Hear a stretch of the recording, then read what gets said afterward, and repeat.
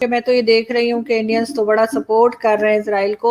अगर आज इजराइल के पास आयरन ड्रोम ना हो, अगर ये 2,500 रॉकेट सिविलियन एरिया पर, जो जिनका टारगेट सिविलियन एरिया से हमास की, तो अगर ये गिरने लगे, कितने लाखों इजरायली मर।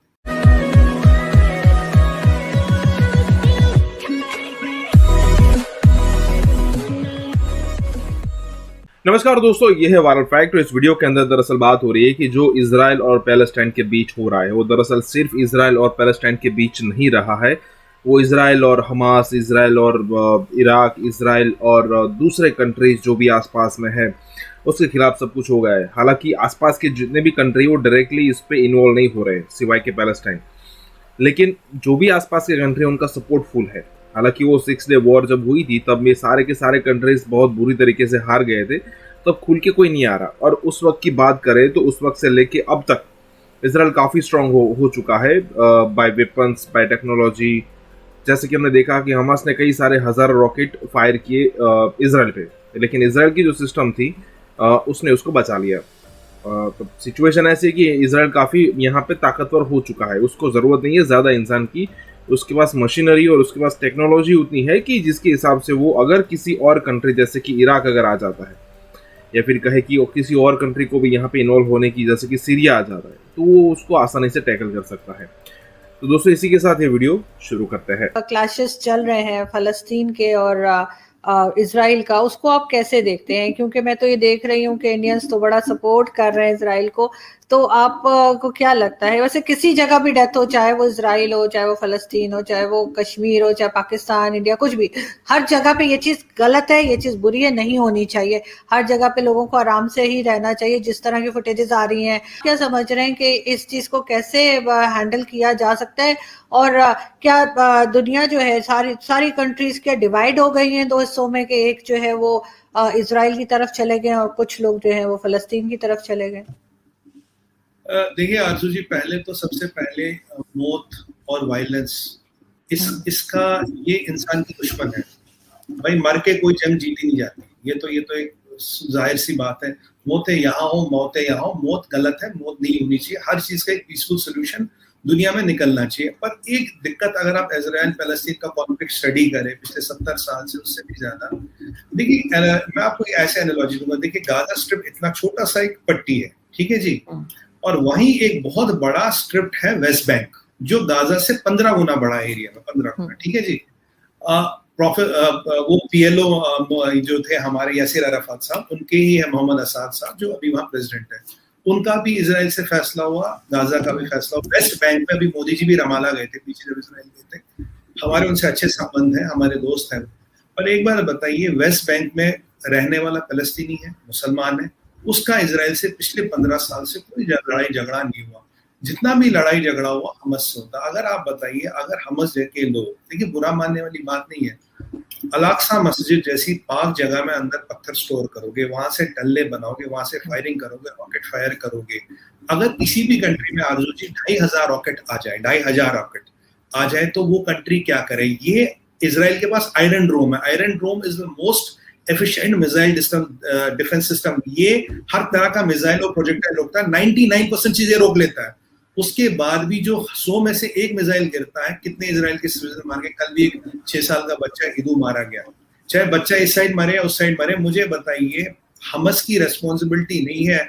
उनको समझ नहीं था? आप बताइए, दुनिया में आप किसी बच्चे से भी पूछेंगे इजराइल रिटेलिएट करेगा, बोलेगा हाँ करेगा। कितना करेगा? पूरा रिटेलिएट करेगा। अगर आप किसी कंट्री पे रॉकेट डाल रहे हो तो उसका जवाब तो आएगा ना। अगर आप सिविलियन एरिया से रॉकेट डाल रहे हो, आप मस्जिद जैसी मुकद्दस जगह को यूज कर रहे हो, हॉस्पिटल को यूज कर रहे हो, किंडर गार्डन से रॉकेट डाल रहे हो, और मैं आपको एक और पढ़ा, 1/3 ऑफ द रॉकेट्स जो डालते हैं वहीं फटते हैं। लास्ट टाइम हमस ने कहा था आरजू जी, हम रॉकेट नहीं बनाएंगे, अब हम सुधर गए, हम कुछ नहीं करेंगे। मुझे बताइए, लास्ट 8 साल में आपने 3,000 रॉकेट इकट्ठे कर दिए। आपने अगर 3,000 स्कूल, 3,000 अस्पताल या 3,000 कॉलेज बनाए होते या 3,000 इंडस्ट्रियल लगाई होती, तो आपको तो इजराइल से लड़ाई करने की जरूरत ही नहीं। मैं बोलता हूँ, अगर दिल्ली में कल को 2,500 रॉकेट आए, दिल्ली क्या करे? मैं बोलता हूँ लाहौर पे 2,500 रॉकेट आए, लाहौर क्या करे? किसी भी कंट्री पे अगर 2,500 रॉकेट आने लगे, जिनका निशाना सिविलियन है, इजराइल का निशाना सिविलियन नहीं होता, उनके हमस के ये है, हमस के जो मिलिट्री टारगेट्स है उन पे निशाना। अनफॉर्चुनेटली उसमें सिविलियन मर रहे हैं, जो दुखद है। हमारा दिल पसीज जाता है ये सब देख के, बच्चे हो, बूढ़े हो, औरतें हो। सिविलियन कैजुअलिटीज यहाँ भी हो रही है, वहां भी हो रही है। मैं बता रहा हूँ वेस्ट बैंक में प्रॉब्लम क्यों नहीं है, वो पैलेस्टीन नहीं क्या, वो मुसलमान नहीं क्या, वो उन्हें जिनके साथ जब एक एग्रीमेंट हो गया वो उसके साथ रह रहे हैं। अनफॉर्चुनेटली हमास की दुकान इसी पे चलती है क्योंकि उन्हें टेररिज्म से ही फंड पैसा मिलता है और उन्हें यही करना है। मुझे बताइए, इजराइल की पर स्क्वायर किलोमीटर डेंसिटी करीब 500 है, गाजा की 5,500 है, 11 गुना पॉपुलेटेड है गाजा। और अगर वहां कोई रॉकेट आता है या मिसाइल आता, उससे बहुत ज्यादा विनाश होगा बदनसीब अगर वो इजराइल में लैंड करेगा। ये सारे आंकड़े हमास वालों को पता है। तो भाई आप वहां मिसाइल क्यों छोड़ रहे हैं? अगर आपको कोई दिक्कत है बात करिए, परेशानी करिए, इंटरनेशनल मीडिएशन की बात करिए। आप जो हमारे वेस्ट बैंक के हैं मोहम्मद असाद साहब, उनको यूज करिए, उनसे मीडिएशन कराइए। नहीं, आप ठीक कह रहे हैं सर। जो इजराइल को सपोर्ट करता है वो ऑफ कोर्स उनके लिए बात करेगा, जो फलस्तीन को करता है वो उनके फेवर में बात करेंगे। वो उनसे बात करूंगी तो वो कहेंगे कि नहीं हम तो कुछ नहीं कर रहे, इजराइल कर रहा है। इजराइल के जो सपोर्टर है वो कहेंगे नहीं। लेकिन मुझे ये बताइए कि इसका हल क्या है? आपको लगता है कि अगर दोनों गलत कर रहे हैं, लेकिन ये कि इसका हल क्या है, कहाँ पे जाके इस चीज को खत्म किया जा सकता है कि लोग पीसफुली रहे? जो क्लैश है इसको रोका कैसे जा सकता है? बिल्कुल, इसका एक तरीका हमारे सामने एग्जांपल है वेस्ट बैंक का। वेस्ट बैंक में पिछले 15 साल से कोई दिक्कत नहीं हो रही, एक गोली भी इधर नहीं चली, एक आदमी इधर उधर नहीं मरा। वेस्ट बैंक वाला मॉडल अगर हम गाजा में इंप्लीमेंट कर ले, अगर वेस्ट बैंक वाले गाजा को भी संभाल ले, इजराइल अपनी जगह, गाजा अपनी जगह, वेस्ट बैंक अपनी जगह, सब खुश रहे, दोस्ती में रहे और लड़ाई झगड़े से रॉकेट चला के, आरजू जी एक चीज मैं गारंटी कह रहा हूँ, रॉकेट चला के या मिसाइल चला के कोई जंग नहीं जीती जाएगी।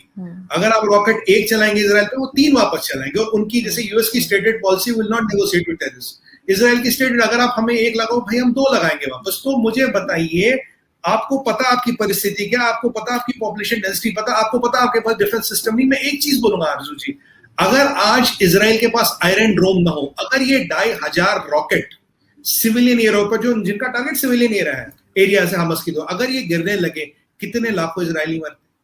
इसकी भी हमें जांच करनी चाहिए। ये मुझे जो वेस्ट बैंक में मॉडल चल रहा है आरजू जी, उसी को गाजा में इम्प्लीमेंट करने की जरूरत है कि इजराइल अपनी जगह है, फलस्तीन अपनी जगह है, रहे, मिल बैठ के रहे, ये रॉकेट वॉकेट बंद करे, पीसफुल सोल्यूशन जो है, पीसफुल नेगोशिएशन सोल्यूशन।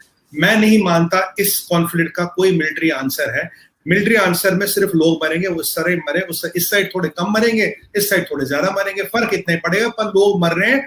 और मैं बहुत कैटेगोरिकली एक बात जानना चाहूंगा, हमास को अपनी रिस्पॉन्सिबिलिटी लेना चाहिए। उन्हें इजराइल की मिलिट्री स्ट्रेंथ पता है, उनसे एक एक चीज मुझसे आपसे बहुत अच्छी तरह से और बेहतर जानते हैं वो, उनको अपनी पॉपुलेशन डेंसिटी पता, उनको सब चीज पता है। वो वेस्ट बैंक से क्यों नहीं सीखते, वहां से सबक क्यों नहीं लेते? और उन्हें पैलेस्तीनियों, बेगुनाह पैलेस्तीनी जो है, अगर कोई भी मरता है, इसकी रिस्पॉन्सिबिलिटी हमास की। Hamas should call for a unilateral cease fire immediately. Cease fire करो, जो भी कोई मसला है मिल बैठ के बात करो, और खुदा के लिए, भगवान के लिए रॉकेट चलाने बंद कर दो, क्योंकि ये रॉकेट जब तक चलते रहेंगे लोग मरते रहेंगे। कुछ इधर मरे, कुछ वहां मरे, कोई ज्यादा यहां मरे, कम वहां मरे, बट आप बेगुनाह पैलेस्तीनियों को मारने की जिम्मेदारी आपकी है, क्योंकि वो डिफेंसलेस है। इजराइल के पास आयरन ड्रोम है, आपके पास कोई आयरन ड्रोम नहीं है, आप तब भी जाके इजराइल को छेड़ रहे हैं। 2,500-3,000 रॉकेट आपने छोड़ दिए, क्या सोच के छोड़ दिया?